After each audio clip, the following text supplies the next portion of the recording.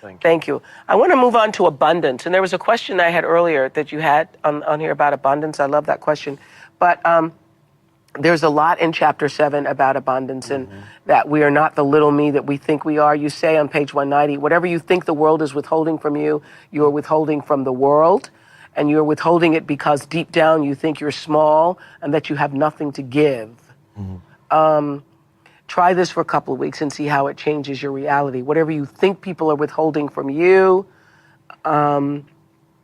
praise, appreciation, assistance, loving, care, and so on, give it to them. So is abundance, I was looking, do you have that question to put back here? The abundance question that somebody had asked in email? What's so great about this, I think, is that it's something people can do every day right now, is to start to give that which you say you most want. Yes.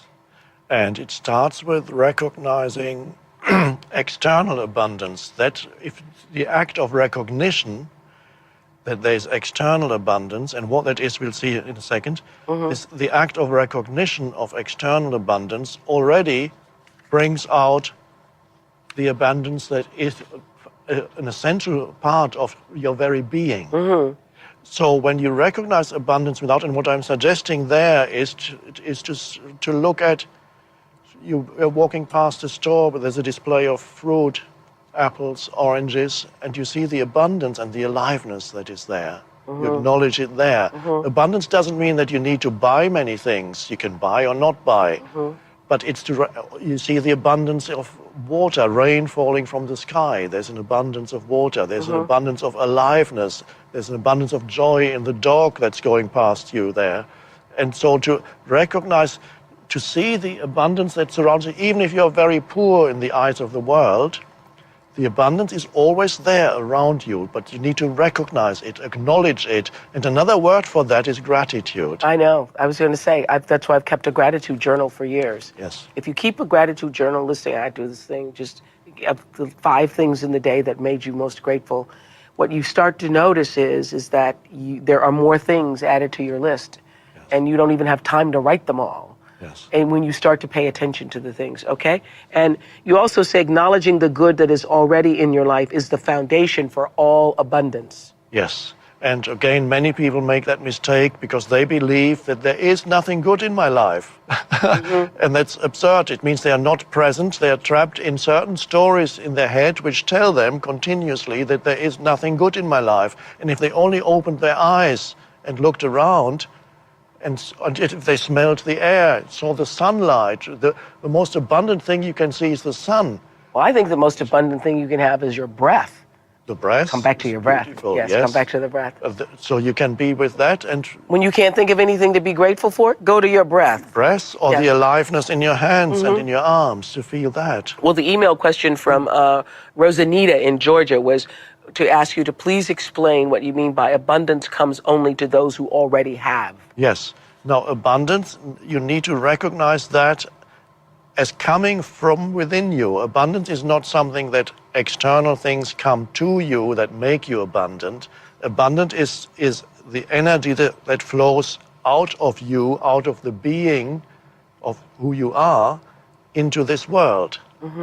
So the beginning you initiate this process by recognizing the abundance that's all around you externally. Outflow determines inflow. And then it suddenly, the recognition already draws it out. You see? I was going to say, isn't gratitude in itself an energy field that draws more to you? Yes. Isn't it its own vibrational frequency That's right. that draws more to you? Yes. And that's what I interpreted you saying. That's it. Is that gratitude is its own energy field. Yes. And that when you acknowledge and are grateful for whatever you have, when you can see and feel the gratitude, experience the gratitude in whatever you have, that changes your vibrational frequency, literally. Yes. And allows more to be drawn to you. Yes, it changes your entire reality. It changes the way in which you experience life. Yes, it does. It changes your world.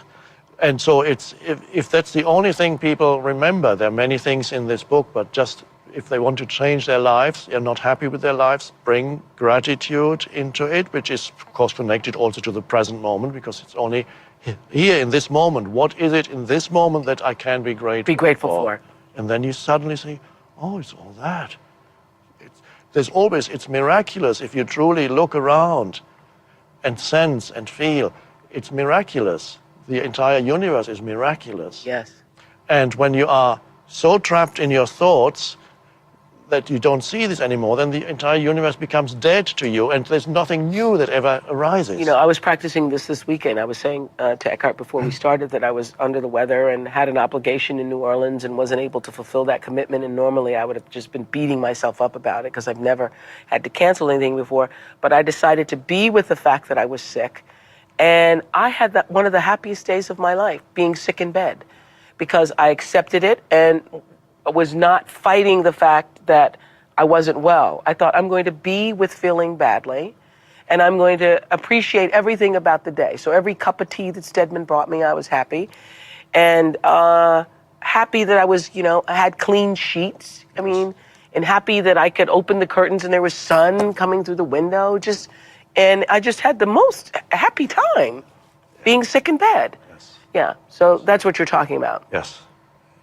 Being able to be grateful from where you are. Yes, very powerful. Yeah, if I hadn't read this book, I might not have been able to do that. So it's been very helpful to me. Go ahead. Sorry, you can even be grateful for things that on the surface don't look so good. Mm-hmm. When you accept what is, you're grateful whatever situation arises. Let's say your car breaks down, mm-hmm.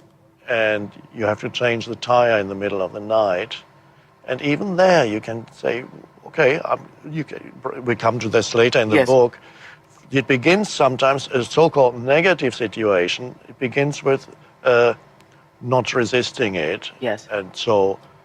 Don't you say in The Power of Now, I just interrupted a thought, yeah. But don't you say in The Power of Now that all stress comes from resisting the present moment? Yes. Yeah.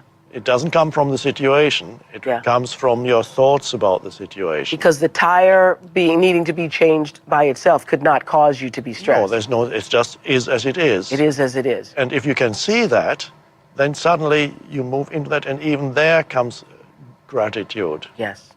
So your stress is about wanting the moment to be different than what it is. Yes. And that's whether it's a tire, losing your job, losing a loved one. Yes. Okay.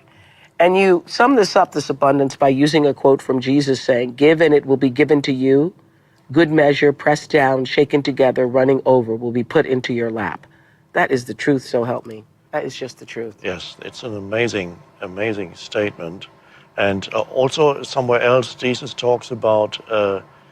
you must like Jesus. You talk about him a lot. Oh, yes. There was a time when I was brought up as a Catholic, and then for many years I wasn't interested anymore. Mm-hmm. And then after I went through this inner shift, a couple of years afterwards, I happened to pick up the New Testament and I happened to read the Gospels, and I suddenly saw how deep all this is, these statements. That's right.